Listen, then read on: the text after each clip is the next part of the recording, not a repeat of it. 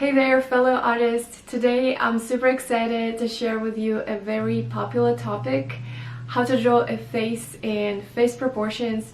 If you've always wanted to learn how to draw a human face, but you don't know where to start, then this video is perfect for you. First, I'll guide you through the process of constructing the face, step by step, and then I'll share some tips and tricks to help make your drawing look more realistic. The drawing I created for this video was made without the use of any specific reference, just based on the guidance I've created based on an average female face. You can access the guidance, a free PDF file that you can use for your drawing, which I have linked in the video description. And now let's get started and have some fun. Let's get an average woman's face like this one and break it down to understand the proportions. When beginning to draw a human face, it's helpful to start with an oval shape. Some may refer to this as an upside-down egg shape. If you prefer, you can draw an oval and slightly point its bottom and make the upper half wider to represent the cranium. At this stage, don't worry too much about measurements, as we are aiming to create a generic head to understand the basic principles of facial proportions. Now that we have the outline of the head, we need to define its center. To do this, we divide it vertically and horizontally into two equal parts. The vertical line will be the central line of the face, and the horizontal line is the eye line, where the eyes on the straight human face are located halfway across the width of the face. This cross we just found is the center of the head, and it's the starting point for building all the other features. The next step is to establish the placement of the eyes. To do this, we need to divide the width of the face into 5 equal parts and measure those distances along the eye line. When drawing portraits, it will be helpful to remember that the distance between the eyes should be equal to the width of one eye, and the distances on the sides should also be equal to the width of one eye each. But please don't forget that these measurements are based on a generic face and may require adjustments when drawing from a reference, because we know our generic structure is the same, but we differ in small details. In this video, we won't be discussing the drawing of features in detail.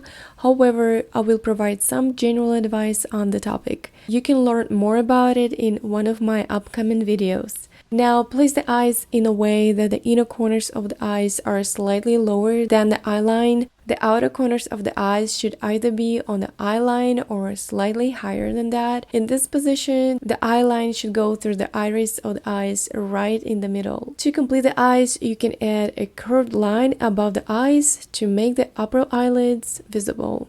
Now let's move on to the other features. In this step, we're going to establish the eyebrows, the nose, and the hairline. First, we need to establish the position of the eyebrow line. In our generic face, we'll put it above the eyes at a distance slightly less than the width of one eye. And now, to determine the nose line, we need to divide the distance from the brow line to the chin line into 2 equal parts. And now, if we take that 1/2 and measure it from the brow line towards the top of the head, we will determine the hairline. All 3 distances should be roughly the same. Now I'm outlining the hairline around the forehead and placing the outlines of the eyebrows as well. Then I'm going to proceed to determine the location of the lips. To do so, I will divide the distance between the nose line and the chin line into 2 halves. This will help me determine the bottom of the lips. Next, I will draw 2 lines above the lip line without any specific measurements, but rather approximations. In general, the upper lip is smaller than the bottom lip, so I will mark less space for the upper lip and more space for the bottom lip. The next step is to determine the width of the nose and lips. To do this, I will use a plumb line, which means a vertical line drops straight down from the inner corners of the eyes. The points of intersection of the plumb lines and the nose line determine the width of the nose. Next, I'm going to draw another plumb line to determine the width of the lips. I measure 1/3 of the width of the eye from the inner corner of the eye to do this.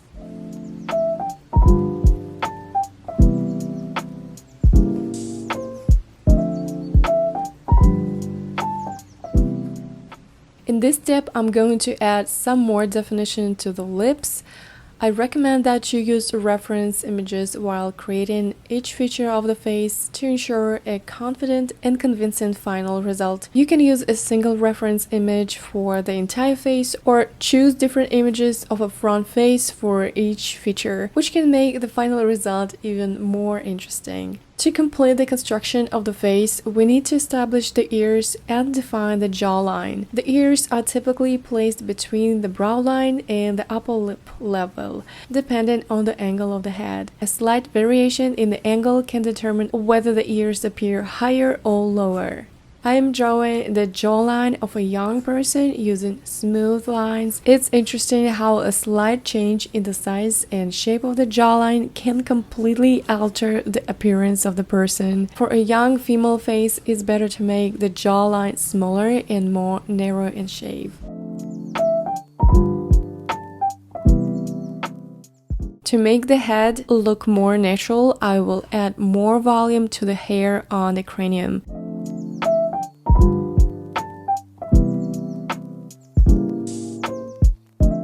Now I'm going to define the features a little more before starting shading.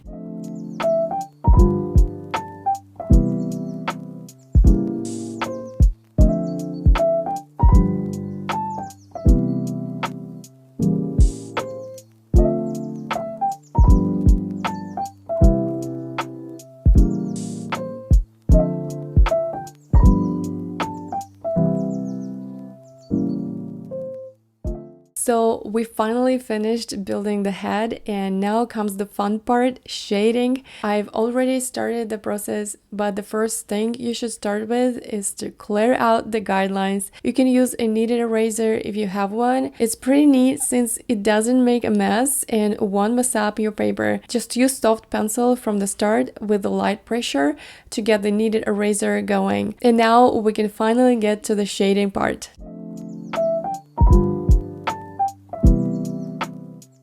To start shading, you'll need a medium soft pencil. You can find my recommended pencils on the left side in this video or in the video description. However, if you don't have the suggested range of graphite pencils, don't worry, just pick any medium soft pencil that's available to you and use it with light pressure at the beginning. I wouldn't recommend using a hard pencil from the start, especially for dark values, as it can damage the paper and make it difficult to create dark tones.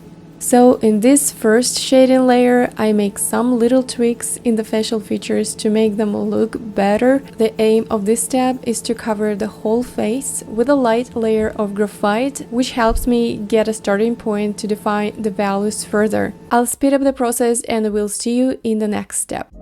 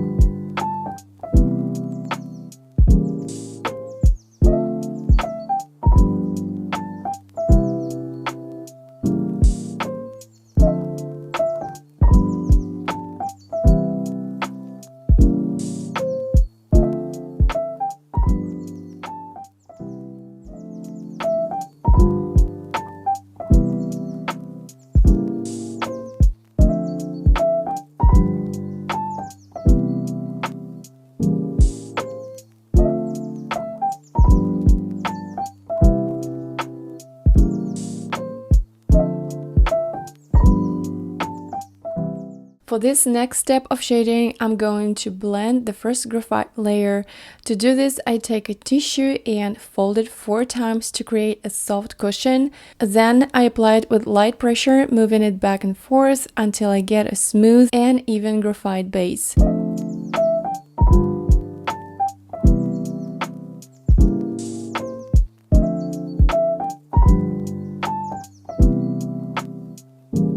So after I finish the blending step, I get my pencils ready for work again by sharpening them with a stationary knife. There's going to be a lot of work involved further, not just shading and defining values, but also clarifying lots of details. As you'll see later in the video, I go back and forth between shading and blending.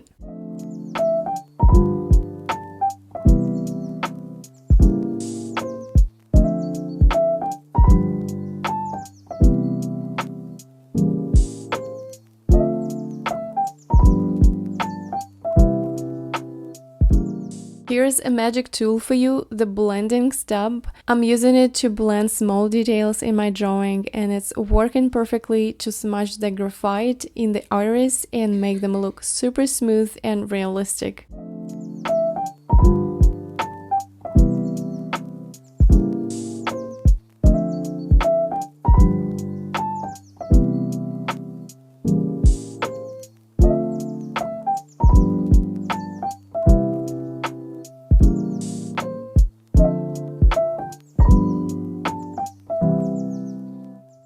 Here I'm using a very effective tool, a precision tip pen style eraser for making highlights. The one I'm using here is from Tombow. It works perfectly. I've linked it in the video description with all the other tools and materials. So as you see those little details, the highlights significantly improve realism in our drawing, creating an eye-catching look, which is exciting to see.